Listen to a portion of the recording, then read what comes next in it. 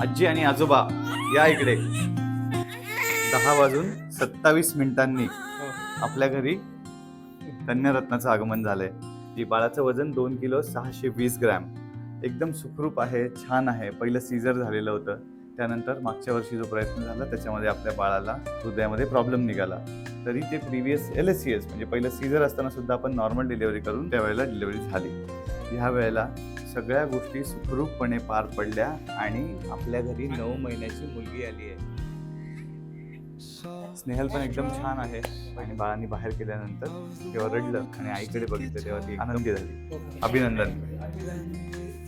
बाळाचं वजन कमी होतं आणि थोडंसं प्रॉब्लेम पण वाटत होता, तर सरांनी ब्लड टेस्ट करून त्यावर व्यवस्थित ट्रीटमेंट घेऊन बाळाचं वजन वाढवून आणि व्यवस्थित बाळ क्लिअर केलं. त्यामुळे मी माझ्या सुनांना पण सरांकडेच ट्रीटमेंट घेतली.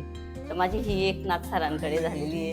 आज मला दुसरी नात झाली, ती पण सरांच्या मार्गदर्शनाखाली. तिला क्रिटिकल प्रॉब्लेम असून सुद्धा सरांनी व्यवस्थित 9 महिने चांगली ट्रीटमेंट दिली. त्यामुळे सगळ्यांचं धन्यवाद.